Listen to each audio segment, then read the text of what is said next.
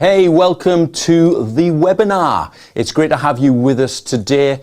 We're going to spend a couple of minutes giving people the opportunity to just get logged in, get settled, grab that cup of tea, whatever you need, or a cup of coffee if that's your preference. Just get comfortable, ready for tonight's webinar. Just in case you found yourself in the wrong place, this is how to find your ideal clients on LinkedIn. This is something that's presented by Oxlep, and Marcel's will be presenting it tonight. So, as you're getting settled, as everyone's just logging in now, do me a favor, drop your name and where you're watching from in the chat. It'd be great to see where people are coming from. Of course, this webinar tonight is targeted at the Oxfordshire area as it's sponsored by Oxlep. I'll talk a little bit about that in a few minutes. But we know what it's like with all of these webinars. You signed up for this weeks ago, you've lost the link, you're now running around, and of course I'm talking about all the people who are just right now typing frantically into their keyboards to get logged in to the webinar tonight. It happens on every webinar that we do, so we're not strangers to it. That's why we build in a couple of minutes at the beginning. So if you're in that position where you just think, I really need a cup of tea, now's the time to run off. You've got just a minute or so to run off, get that kettle on very quickly. Although if you've got a kettle that can boil in a minute, tell me which one it is. But get that drink, let's get settled, and then we'll get into it. Okay, I can see that there are people starting to log in. There's one or two coming through now, and that's really good. It's really, really good. Excellent. I don't know about anybody else, but my throat's been a little bit dry lately. So I'm just going to take an opportunity to have a drink while you're making your cup of tea, and then we'll get started.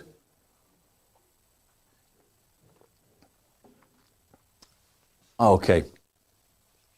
I don't want to prolong it too long, and I can just see there still are one or two still coming in. But we'll make a start. I'm sure they won't miss too much at the very beginning if people are joining. So as I mentioned, this is how to find your ideal clients on LinkedIn. Just to introduce myself formally, I'm Terry Heath, Chief Operating Officer here at Maverick, and we're the UK's leading social selling, coaching and training consultancy business. We've been established for a number of years now working in this space, and we've had the pleasure of working with Oxlep, a great organisation, and this whole webinar tonight is sponsored by them, and this is aimed at the Oxfordshire area. If you've joined us and you're from outside of Oxfordshire area, don't worry about it. You're absolutely fine to join us tonight. But we're aiming at that area specifically as we work with Oxlep, an organisation, as I said, we've worked with for many years. We've done lots of webinars. We've done the in-person training events as well. And it's been great to meet a bunch of business people from that region and talk with them and help them to build and grow their business, specifically for us in the area of the social selling, how to use platforms like Facebook and Instagram and LinkedIn particularly. It's been our privilege to work with Oxlep to do that. Now, before I move on, if you've never visited Oxlep's website, it's there on screen. But I just want to mention their peer networks. Peer Networks is a great initiative that's been set out. Now, this is done by various local enterprises across the whole of England, and I believe Wales as well. And you will find through peer networks a gathering of people in your local area with shared interests, obviously in business, people who've been where you're trying to go, people who can inspire you, encourage you, people you can lean on for advice, sounding boards. We all know what it's like in business. You can sometimes become a lonely existence. You just need somebody to bounce ideas off, suggestions off. Peer Networks gives you all that and so much more. If you've never come across Peer Networks, there's a web address there on screen. Feel free, have a look, check them out, go and have a look what else is available on the Oxlep business website. And you'll find that there's great resource available to you to help you just grow and establish your business, particularly if you're a startup. I do know that they have a lot of startup tools and resources available, as well as right up to enterprise level to help you build and strengthen your company. So that is Oxlep, and we're proud to be working with them at this moment in time. Okay. So back onto our topic tonight, how to find your ideal clients on LinkedIn. Well, the first thing you need to know about LinkedIn, it is an absolutely humongous platform now. Recent figures released, 774 million people are on this platform across 200 countries and territories. It is now the world's largest B2B platform, without a doubt. Mainly used people recruiting, people establishing themselves with a leading voice, people looking for lead generation, and there's one other that slipped my mind right now and I can't think of what it is. But there's 4 main categories of people on this platform, but it's business focused. Now, if you're looking, how do I find my ideal clients? When you look at a figure like 774 million, you might as well use the term looking for a needle in a haystack, because that's what it can feel like. But hopefully what I show you tonight will help you use the tools available on LinkedIn to narrow down the audience size so you're starting to look at your ideal clients. Now, before I go any further, there is something vitally important that you must know before we go any further. Who is your ideal client? This is something very common that we come up against at Maverick as we do consultancy with various companies. They'll tell us how fantastic their products are or their services are and how long they've been going as a company and the feedback that they've had from previous clients. But when we ask them, who is your ideal client? Who are those people you want to have a business conversation with? That their responses vary from anything from, well, anybody who is interested in what we do. Yeah, but you need to know who that is, because who are you going to talk to? Who you're approaching? Who are you targeting? Who are the audience that you need to get in front of? If you don't know who they are, you end up with, and this is a common mistake on LinkedIn, is where your approach is a scattergun approach. So you put out messaging far and wide to anybody that'll listen in the hope that they bite and come back to you and they're showing their interest to you and therefore they become a prospect. Poor strategy. It's got about a 1% success rate if you want to do it that way. Flip it the other way around, it's a 99% failure rate. Why would you use a strategy like that? You want to be targeted. You need to understand who your ideal client is. Create a persona of who that individual is. And almost in your messaging, your content, that's who you're talking to. You know how to position yourself, what type of content you do, because you know who it is you want to talk to. You know who your ideal client is. And you're going to have to take in a number of factors. So one of the things is function. What function does that individual do? Now, depending on your product and service, it could be anything from sales, marketing, IT, HR, and the list goes on and on and on. But you need to know, what is the function within any business this person performs that you should be talking to? What about seniority? Are you wanting to talk to the person right at the top, the CEO, the director levels, or is your pitch on your product more suited to going in at the managerial level or the team leader level, whatever it may be? You need to know, who am I approaching? Who should I be going after? Because you could end up trying to speak to the people on the factory floor or the middle managers, and they're not the decision makers. They're not the people who are going to be able to say, I like this, yes, we want it, and sign off on it. You need to be speaking to the decision maker, and that might be higher up the chain. So have in mind, who do I need to be speaking to? What about geography? The geographic location that you need to be focusing on, where are they?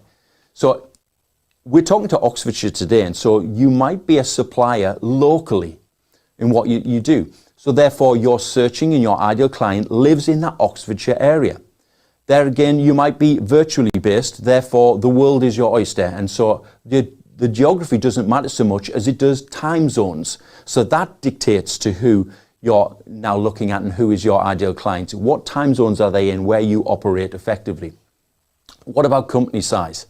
Your product, your service, your offering, whatever it may be, might be suitable for the solo entrepreneur, the business startup. That's who you might be targeting. But then again, it could be more the SMEs, the small to medium-sized enterprises that you know that need that next step up. Your product or service might help them do that, or can bring in services that help take the pressure off, save somebody time, somebody running a small business who just needs that extra help, virtual assistant, or whatever your offering may be. Right up into the enterprise level, because even the big companies have challenges and problems, and your product and service might sit there. But you need to know, who am I targeting? It's no good let's say you're a one-man band with a great product and you're targeting the enterprises, and suddenly they say, yes, I want you to do training with our 2,000 employees face-to-face, one-on-one. You as an individual are going to find it very hard to do that. As much as you'd love that contract, you're going to find it very hard to do that. You should be maybe looking at the small to medium enterprises where you can then do one-to-one training with teams of 10 and 20, maybe up to 30 people. That's more your target market. But it's understanding who are your ideal clients. And there's various other options as well. What I will say at this point is if you need help with this area, help just defining who is my ideal client, what sort of content should I use, what is the language, what are the problems, the issues that they have that I can address. We've got a document called the One Client Profile, which we're more than happy to share with you. It's free of charge. Just contact us at hi@maverick.co.uk. Just be careful how you spell Maverick because it's a little bit unusual. But contact us, just request the One Client Profile and we'll happily send that to you. It's a document you can work through and it helps your thinking, helps you focus in on who your ideal client is and will help you with the rest of what I'm talking about today. So, finding your ideal clients. Well, there's two options. You will find them or they will find you. And I'm going to talk about both of those aspects. The first one obviously we'll start with is you finding them. So there's various ways of doing that. The one that is most common is that people are on LinkedIn, the free version. They don't have any subscription. And so you've got various tools available to you. Let me just demonstrate. I'll just find my LinkedIn. And if we just go to the home button here, I can put in a search term at the top. Let's say accountant.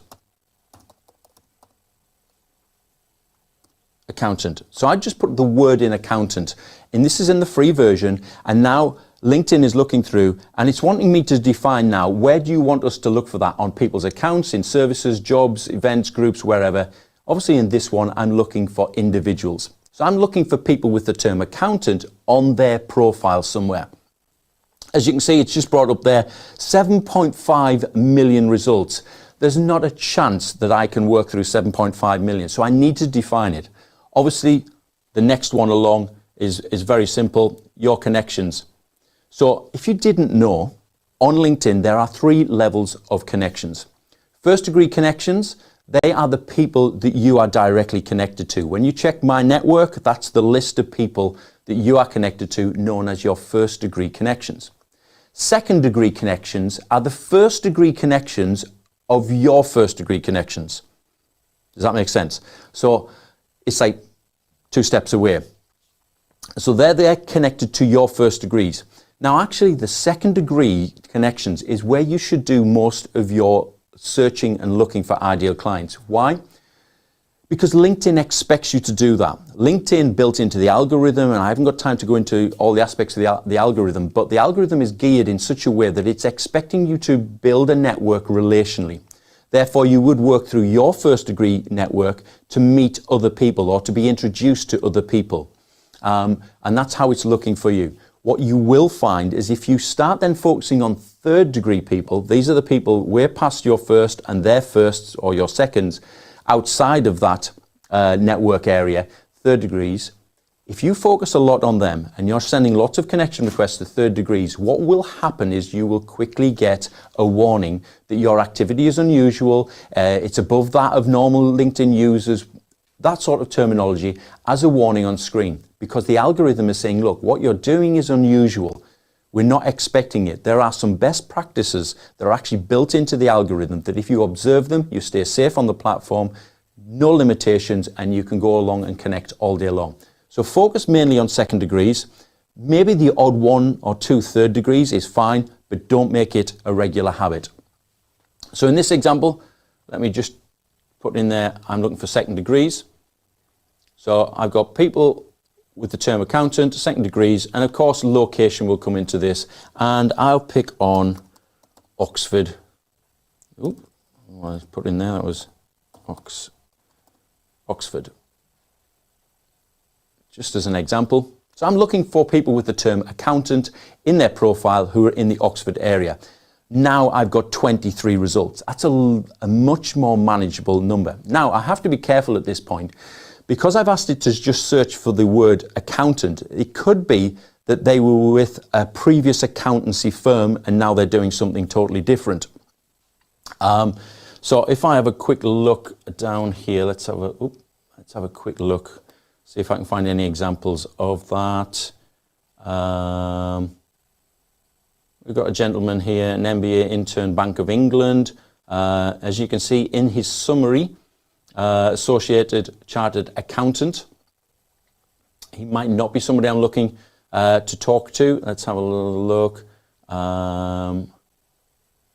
There's various ones there. If I go into page 2, I was expecting to find one or two other ones. There we go, there's Ben Knighton. He's now retired.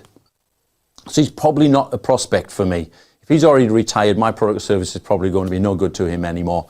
So just taking this as an example, I'm going to try something called a Boolean search. Now, a Boolean search, if you've never heard of it, is basically a formula you can use in searching. Now, I will warn you, LinkedIn has been a little bit glitchy lately, so I'm hoping it's going to behave itself. If I put the word retired, what I'm looking for is our friend that was there, Mr. Tom Gurn, will disappear from our results. So down to Tom. Tom was on our second page, so let's have a quick look, see if Tom disappeared.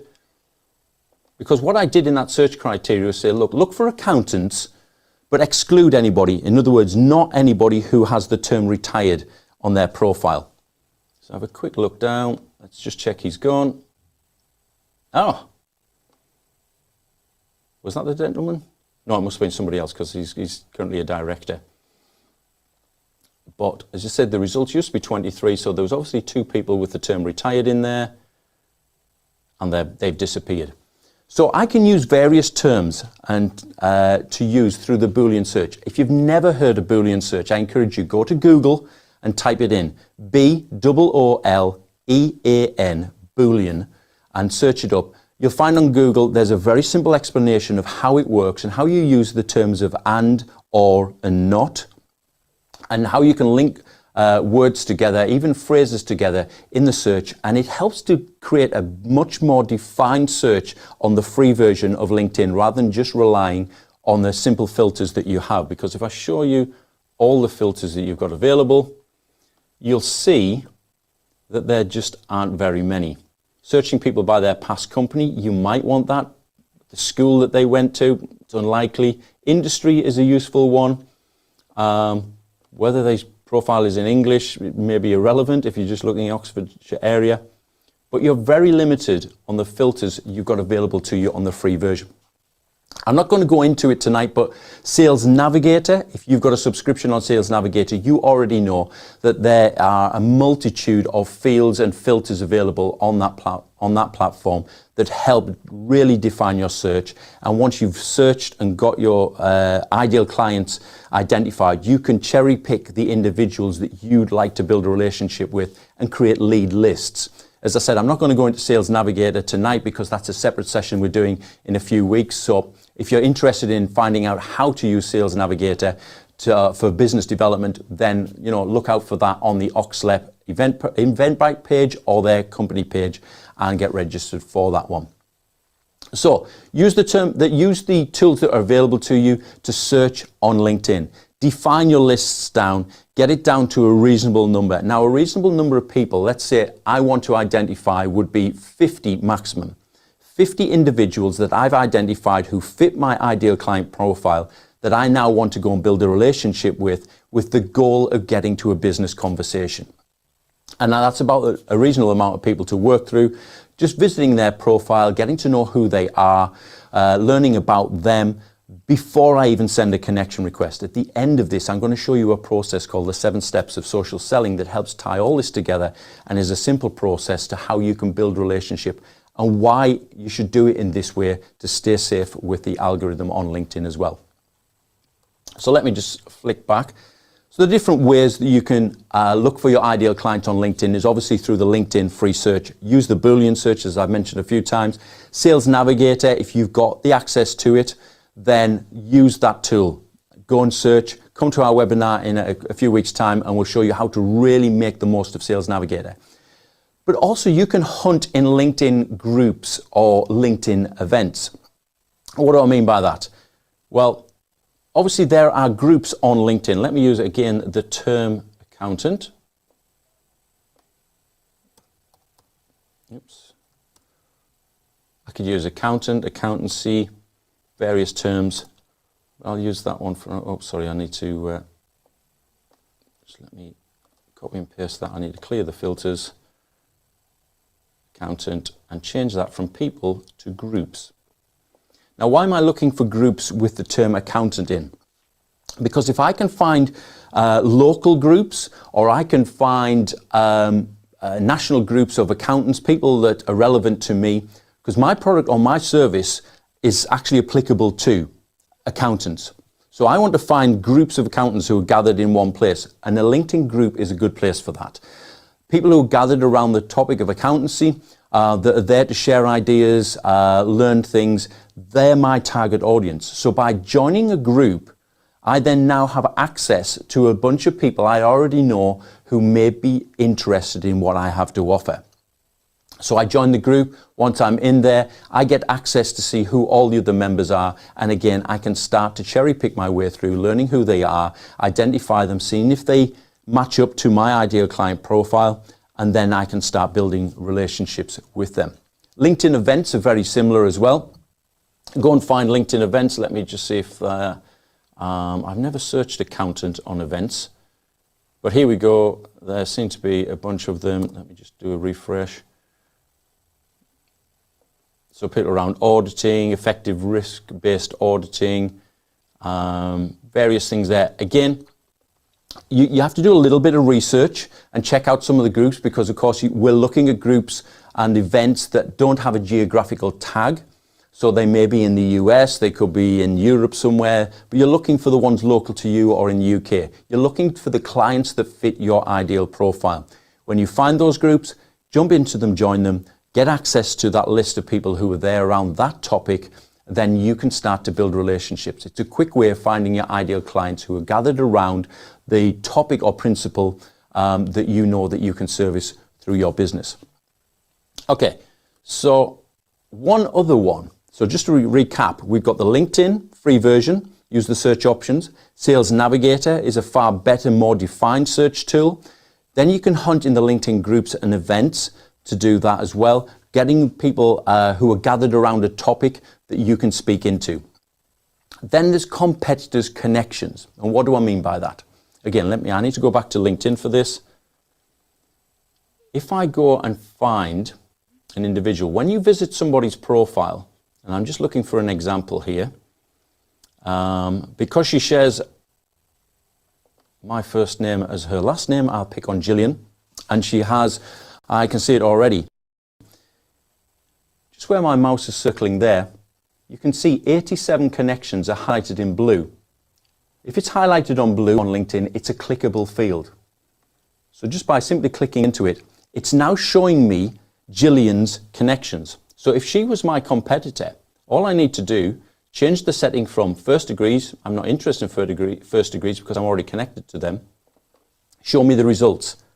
So her 87, and she has very, very small network, there are people with hundreds if not thousands, I can see 86 of those connections. If she's my competitor, I could potentially be looking at her prospects or her current or previous clients. For me, knowing that I'm looking at a competitor who's already got a bunch of people gathered around the same topic or the same reason that I'm after, it means that I can now look through those profiles. If they match my ideal client profile, I can add them to my prospecting list because I can do that. What will happen for Gillian is 3 months down the line, she'll be wondering why she's no longer talking to that individual. That's because you're talking to them and you're now closing the deal with them because you've had the opportunity to share your value proposition and why it's much better for them to work with you than anybody else. Because of course you're the best person to work with, but you've got to get in front of those ideal clients first. And so that's a great way of doing it. I didn't tell you that one. It's a bit of a sneaky one, you know, snooping in on your competitors. But let's be honest, they will be gathered around people who are on the topic or they have the problems and issues that you can solve with your product, service and offering. Okay, so free LinkedIn, Sales Navigator, hunt in the LinkedIn groups, hunt on the LinkedIn events and competitors connections. All viable areas and places to go and look for your ideal clients. Now, one of the things you need to understand in the process of you identifying who you'd like to talk to, you're going to want to send out connection requests. LinkedIn, a few months ago, made a change to the platform where you can no longer just throw out an endless amount of connection requests. You're limited to 100 connection requests per week, which actually doesn't sound, actually sounds quite a lot. If you think in reasonable, that's 400 a month on average. That's a lot of connection requests. Well, I can guarantee you that you will probably only get a response from around about 50% of the connection requests that you send out, and that's if you're doing a good job. So we're already down to 200, and from those 200, how many of those will be absolutely interested in doing business with you right now? That's a much smaller number. But what I would encourage you to do is get into the practice of going and using the search tools on LinkedIn, using the groups, the events, all of the various areas that we've just discussed. How do I find my ideal clients? And get into the practice of regularly sending connection requests. You've got 100 a week, 20 a day. Believe me, 20 a day connection requests, if you're identifying the right people, won't take you very long at all. But what you're doing is building a network of individuals who are your potential clients of the future. And I'm going to talk about how building your network is beneficial to you, particularly when you start sharing your content on the platform and who is seeing it. So build your network with the right people, those right people being your ideal clients. Get those 100 connection requests per week used, maximize the potential of who you're building your network with. As I said, focus on the second degree connections. That's actually where the algorithm would prefer you to stay, and you'll stay safe and stay away from any limitations on your account. But key, target your ideal clients. Don't just get frenetically out there connecting with anybody and everybody will ever accept you. Target the people you'd like to have a business conversation with. Now, there's always been that conversation on that, as in, yeah, I just need to get people out there. If people are going to see my content, I just need to build my network, get a bigger network. And there's even on LinkedIn, there's a vanity about large networks. I have a large network, but I built it over a long period of time, and hopefully, and I do know that a majority of my network are active on the platform, and depending on the product or service that I'm focusing on at the time, it's applicable to them. What a lot of people have done, and we've worked with them in the past, is frenetically built a network with everybody and anybody just purely for getting reach of content. And what they've ended up with is a network of people who are absolutely irrelevant to the product or service that they offer. And so they wonder why they never get any conversations, they're never generating any sales leads off the platform. It's because they're continually talking to people who are not interested in what they do. So build your network with quality people. The quantity will help you with your post reach and other aspects of LinkedIn, but the quality helps you get the conversations that you're really looking for. There is a balance between the two, but I would always overemphasize the quality side. Ideal clients populating your network are always going to be a better option for getting the conversations that lead to sales. So, ways ideal clients can find you. Let's flip it around, because there are various ways in which clients can actually discover you. So if you set yourself up right, then they will actually come across you. Some people will purposely be looking for you. Some people are going to stumble across you. Other people are going to be led to your profile and find out about you because of other activity you do on LinkedIn. So the first thing that I would say is your profile is extremely important. In fact, you should look at your LinkedIn profile as if it was your personal website. When somebody lands on that page, what information do they see?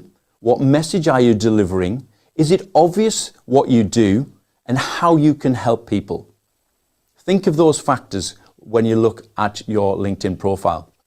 If you want help with your LinkedIn profile, then go and have a look through the Maverick YouTube page, because we did an Oxlab event, I'm just remembering what the term is. It was how to optimize your LinkedIn profile, was I think just a couple of months ago.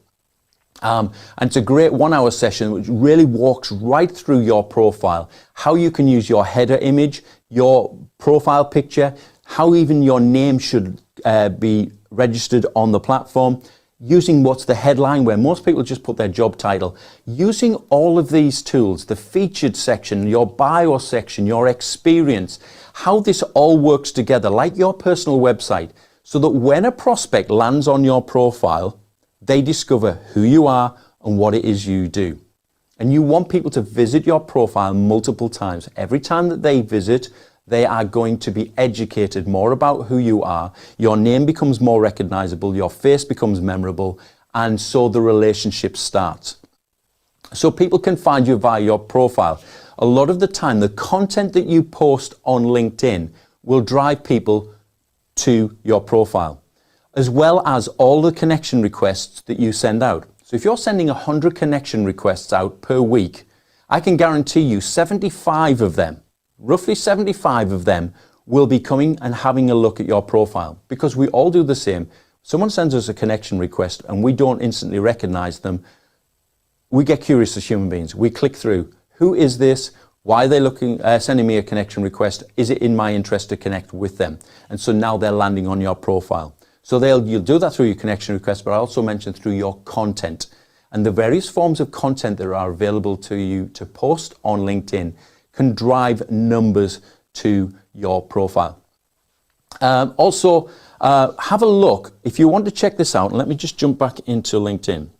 If you go into your profile, let me just go into Andrew's profile here. And if I come down to, now, I'll tell you now, Andrew is not the most prolific person on LinkedIn by any means. But on the dashboard section in your profile, you can actually track who visits your profile.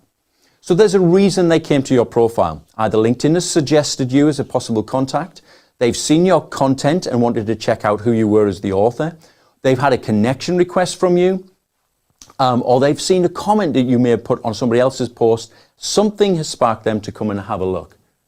So if I click on there, it starts to list. Now, oh, it's got it blocked out. Turn off the private mode, just give me a second. Just let me get Andrew back in there. What it should show you is on the free version, whether you're on the free version or a paid version, it's worth visiting this area of your dashboard quite regularly, probably more so if you're on the free version. Let me just click in. Oh, it's still showing me. It's really annoying. You can tell that LinkedIn is always wanting to push. Okay. Under normal circumstances, the free version normally shows you the first 5 or 6 people, or the last 5 or 6 people that visited your profile. It's worth checking out who those people are and having a look. So if you start seeing the same faces coming, visiting your profile time and time again, there's something on your profile that interests them. It's worth noting who they are, checking out their profile. Do they fit your ideal client profile? If they do, now it's time to start building the relationship with them and then sending them a connection request so you can start having a dialogue. If you are on a paid subscription, you will find that you can scroll back weeks, if not even months, and you can track individuals. I do this all the time on my own, where I can see, if I have a habit of going in each day and I'll look who's visiting my profile. Over a whole month, I may get 3,000 to 4,000 people that visit my profile on average. And so by going in daily, I start to recognize familiar faces I saw the day before or a couple of days before. When I've seen them 2-3 times visiting my profile, I then are taking interest. Who are they? Something on my profile has caught their attention. Maybe it be my content, or there's something in my featured section. Something's caught their attention. So potentially they could be an ideal client for me. So I'm going to go and find out who they are. And if they fit that profile, I'm then going to start building a relationship and send that connection request with them. So use that option to look through. Oh, let me go back, as well as, let me go back very quickly. Have a look in your search appearances as well. In the search appearances, you won't get to see who the individual is. Oh, what's it doing now? This is me being clumsy fingers. You will see, though, who the companies are that are doing the searches. It will then also tell you below what the people who did the search do. Come on, move. So we've got salespeople, founders, business strategists, and stuff like that. Now, one of the things I will comment about this is on your profile, it's worth checking out whose lists are you appearing on when they're doing searches. Just as you will do searches on the platform, LinkedIn is tracking that, and it will show you where you've appeared on lists. Who is including you in their searches? Are you attracting the right businesses? Are you attracting the right type of people? So for me, and I know it would be the same for Andrew, if we're looking in there and I've got car mechanics and window cleaners, I probably need to do something with my profile. It's attracting the wrong people. The SEO factors about my profile aren't right. Those keywords are missing, and so I need to get them included. So think about your profile, spend some time. As I said, there is a session we did on profile optimization, which is a big help to you. Go and have a look for that. The types of companies that are coming and looking at me. For me personally, I'd be looking for anybody whose their functions particularly would be around the sales development, business development, that area, probably the larger companies.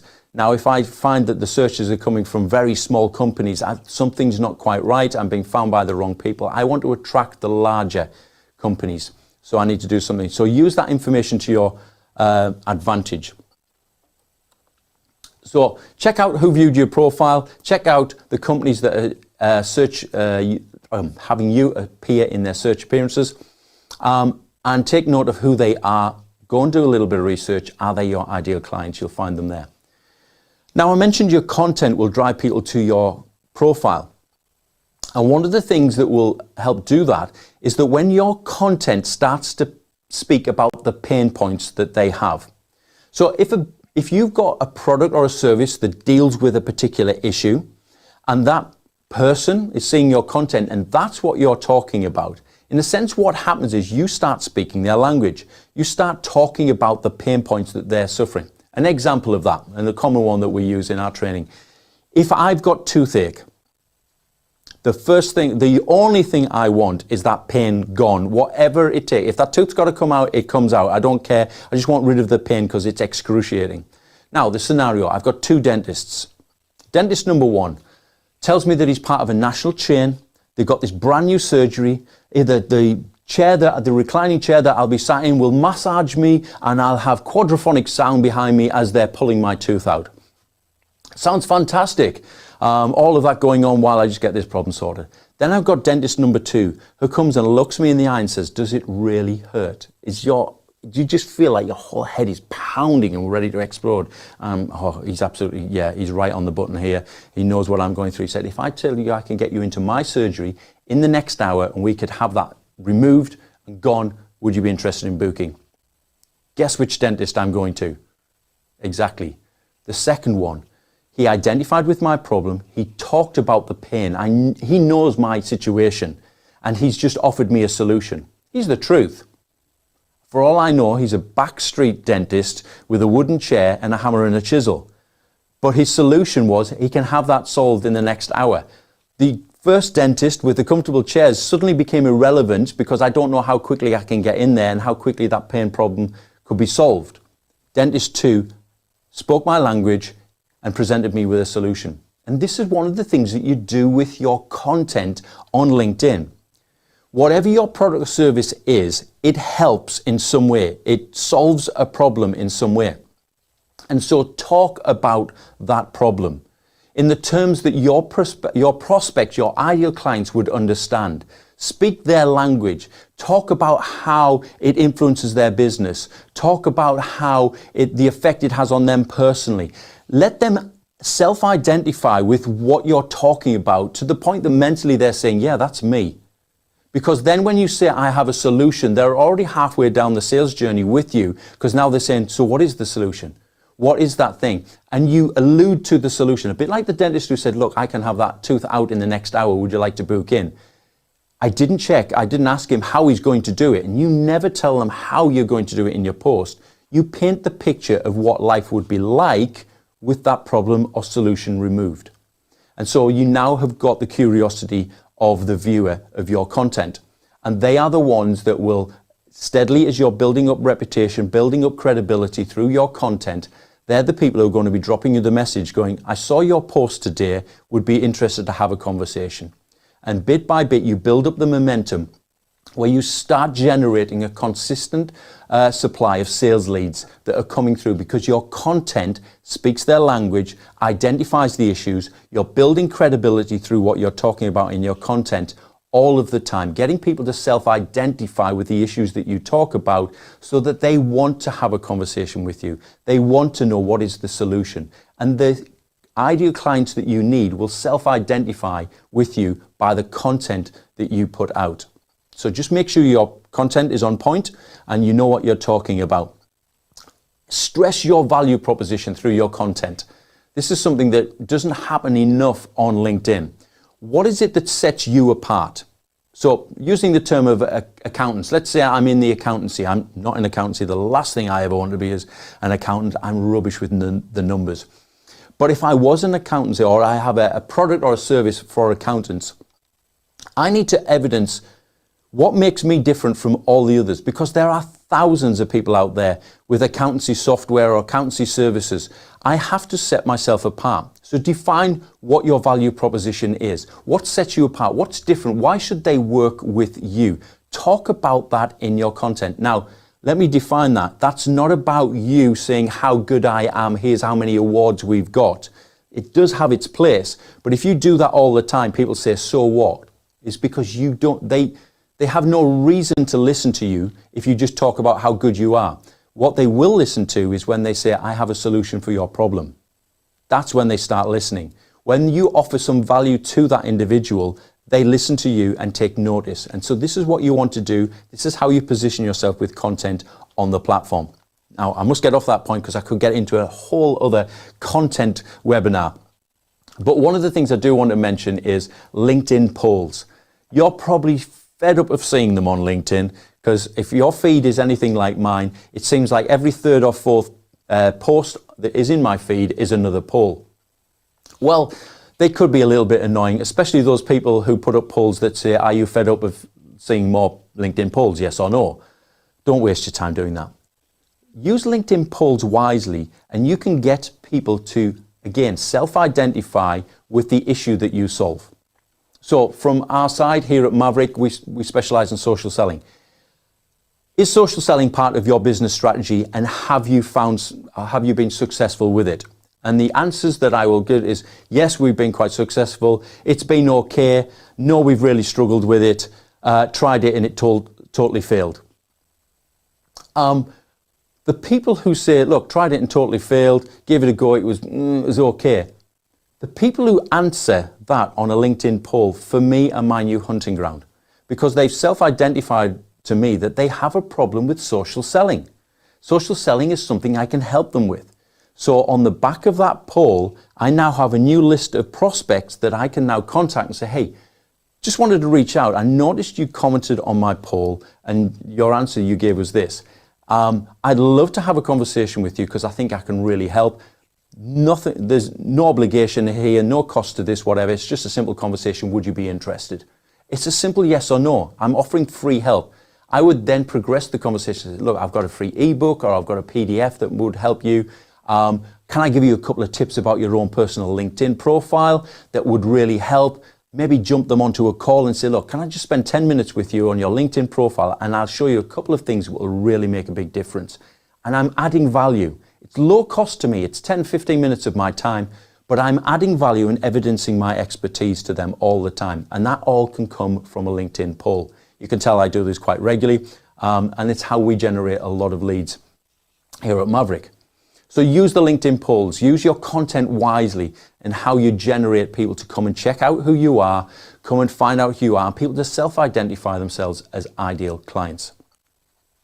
Okay, I did say at the end I was going to share a process called the 7 steps of social selling. We've been using this process at Maverick for probably coming up at least 2 years, if not more. And it came out of our own experience, our trial and error, what we were doing on LinkedIn, what worked, what didn't work. And what we discovered was you can't do what you see a lot of on LinkedIn, which is people throw out a cold connection request, hoping someone accepts it. And at the moment you accept it, they send you War and Peace sales pitch as if you're going to buy from them straight away. And you're still at that point of learning their first name. It just doesn't work. It's that spray and pray tactic which has about a 1% success rate. Why would you use a strategy like that? What you need is a structure that helps you in the whole area and arena of social selling that takes you from, and you have to accept this, when you start with a prospect, you're most likely starting from a point where the ideal client that you'd like to have a business conversation has no idea that you exist. So you have to introduce yourself. You have to create awareness that you actually exist on this planet. Then you have to spark curiosity about what it is that you do. And this is what's happening in step 1 and step 2. You need to be interacting with people's profiles. And I mentioned earlier that there are best practices built into the LinkedIn algorithm, and this is one of the areas. The algorithm will track your interactions with a person's profile.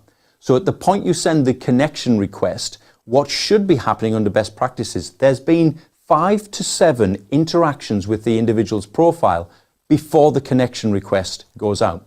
Now, those interactions can be simply visiting the profile. Of course, that registers you as who viewed their profile, shows up on the dashboard, which we were talking about earlier. You can like their content. You can comment on their content.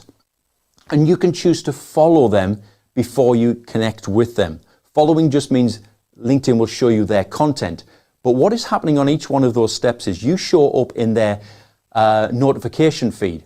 And what you're looking to do with those 5 to 7 interactions before you send a connection request is populate that notification feed with your face and your name that follows you everywhere on LinkedIn. Every time you like, face and name. Every time you comment, face and name. When I follow, face and name. If I visit their profile, I'm in that who viewed your profile multiple times. You want them to get used to seeing your face and your name, to the point that they get curious, who is this that is liking my content, commenting and visiting my profile? Then what they'll do, because we're all human beings and we're instinctively a little bit curious and nosy, we'll go and click on the profile and have a look. That's exactly what you want to happen. Drive them to your profile. Now they're seeing a bigger picture of who you are. They can discover if you're part of a large business, they're discovering you're not just the one-man band in a back bedroom. There's actually a whole team around you and what you do. They're building up a picture of who you are. They can view your past content. They can look in your featured section. And what's happening is they're building up a base of knowledge about your expertise in this particular area that they're looking for help with. Your featured section can have reviews in there, feedback from clients, white papers, case studies, all of those sort of things that just builds up that trust element that gets that person to decide, okay, I think I want to connect, and I think a conversation is probably merited at this point. You have to earn that. And you have to do those interactions before you send the connection request if you want the conversation further down the road. So do the interactions, step 1, step 2. By the time the connection request appears, they should recognize your face, know your name, and have some idea about who you are and what you do. It then becomes very easy for them to make a decision about connecting. It's a very simple yes or no. You will find if you do that legwork before, at that point you're going to get a very high rate of connection requests accepted. Then, step 4, and this is one of the areas that a lot of people get absolutely wrong. They send the connection request, having done the work, then the person accepts, and they follow up with a message of, hey, thanks for connecting, looking forward to seeing you on LinkedIn. If you ever want to have a chat or something along the line, get in touch. We all know where that message goes. They never will contact you. What you want to do at that opportunity is start to instigate the conversation. Why? Well, one is you've got to educate them to communicate with you. It's because most people's interactions on LinkedIn is exactly what I just described. Hey, I'd love to connect with you, and you become part of my network, I'll become your part of the network. Then they accept, and then the follow-up message is, hey, thanks for connecting, looking forward to seeing you on LinkedIn. It's 3 interactions at best, and then it's over. If you can educate them into a conversation at step 4 and get it into the 3rd, the 4th, the 5th interaction, what you will find is people get instinctively curious. Where's this conversation going? Where this person that's messaged me, what's the end goal here? Now, if they've already learned about you and they know what you do, they probably have a good idea this ends up in a business conversation. But human curiosity will make them stay with the conversation unless you blow it by trying to jump in too quickly with a sales pitch and everybody is scared off. Don't do that. Build relationally. Be interested in them as an individual. Be interested in their business. Ask the questions that feed you the information where to go next. So an example, I often ask people, let me take the people in the finance industry, because I was doing some work with people in the finance industry. Once they've connected, my opening question to get them to converse with me and come back with me was simply, hey, can I just ask, are you still working at home or have you managed to get yourself back to the office? I know most of the people in the financial sector are still working at home because their job is so easily to be done remotely. And I'll get various responses back. Yeah, I'm back in the office 2 days a week, but still working from home 3 days a week. Or, hey, I'm still home-based, getting fed up of seeing the same four walls, but hey, this is what works at the moment. Or, hey, we've managed to get everything. What they respond with is not as important as they have responded. What they're saying is, I'm open to a dialogue by the fact that I've bothered to respond. And what I do then is, I'll ask a couple of other questions. Hey, how have you found it? I know I found it difficult. Or I'll say things like, look, my clients that we've been talking to, a number of them have found it really difficult going back into the office recently after such a long time out. All of those sort of things, those sort of questioning. I'm building a rapport with the individual, getting 3 or 4, 5 interactions going. Then I'll start leaning in a little bit. So tell me a bit more about your business. I can see it's on your profile, blah, blah, blah. Everybody wants to talk about their business. Particularly if you're looking at the solo entrepreneurs and small businesses, they all want to tell you about their business because they think they can sell to you. So use that to your advantage. Then ask the leading questions that start to lean in towards your product, your service, your offering. And just build the conversation. If you're polite, well-mannered, not too pushy, people will stay with the conversation. You can build that to the point of saying, look, I think we can really help with you. There's no commitment required on this, but it'd be great if we could just jump on a telephone call or a video call sometime. I'd love to share some things, or I can throw out a PDF, anything you've got value that you could give to them that just helps that conversation move forward. And you've got to do that. And that's what you're doing in interaction 5 and 6. Is that conversation is going, and while that's happening, you still like and comment on their content, just reminding them you're still here, you're still around. It jogs their memory when you keep popping up in their notification feed and who viewed your profile. And what we're looking for is by step 7, we're now at the point where we're having a conversation with an interested buyer. If you do the process correctly, those 7 steps, we normally, on average, we're looking at a 3-week window of time is the average. Sometimes it's slightly longer, sometimes it can be a lot shorter. I can tell you if I'm having this sort of conversation or this process with people in the IT industry, because I know they're on the platform a lot more often, I can get responses within a couple of hours or by the end of a working day. If I'm targeting my old favorites, the accountants, I know I might have to be a bit more patient. Just purely their job, their role doesn't necessitate them being on LinkedIn every minute of the day. So I might go 2 or 3 days before they pick up my message and respond. So 3 weeks is an average, might be longer, can be shorter. The fastest I ever saw was 24 hours from the point of being a total stranger to signing a deal at the end of the day. That was an exception, I'll be honest. It was a very big deal, but it was possible. On average though, it's going to be 3 weeks. Have a process. Ideal clients. Identify 30 to 50. Start interacting with their profiles. Start building a rapport with them as far as them getting to know who you are. Pull them to your profile to visit you. Let them identify with who you are. Then get the connection request out. Follow up with a message with a leading question that promotes a conversation. Then manage that conversation carefully so that you can lean in towards your product or service with that individual and see if there is interest there. Do that consistently. Have a process about doing it, and you will soon find that you're finding your ideal clients and the people that are interested in what you do and will be ultimately interested in having a business conversation with you. Hopefully that's been very helpful for you tonight. Do forgive me, I haven't answered any of the questions that have popped up in the chat, but if you want to have any question answered, please come and find me, Terry Heath, on LinkedIn. I'm more than happy to connect with you and answer any questions, or you can get in touch with us at hi@maverick.co.uk. And again, don't forget the one client profile, we'll happily send that to you. And just as I finish, just to remind you, the peer networks at Oxlep, if you're looking for that sort of support, then go check it out. It's a valuable resource, and I will endorse them time and time again. They're a great team at Oxlep, and they will be a benefit to your business. So from me, that is it tonight. Hopefully you're taking away a lot of information that is useful to you. Come and track me down on LinkedIn anytime. I'm more than happy to answer questions and help where I can. But for now, that's it. Enjoy the rest of your night, and we'll see you hopefully on our next webinar. Thank you.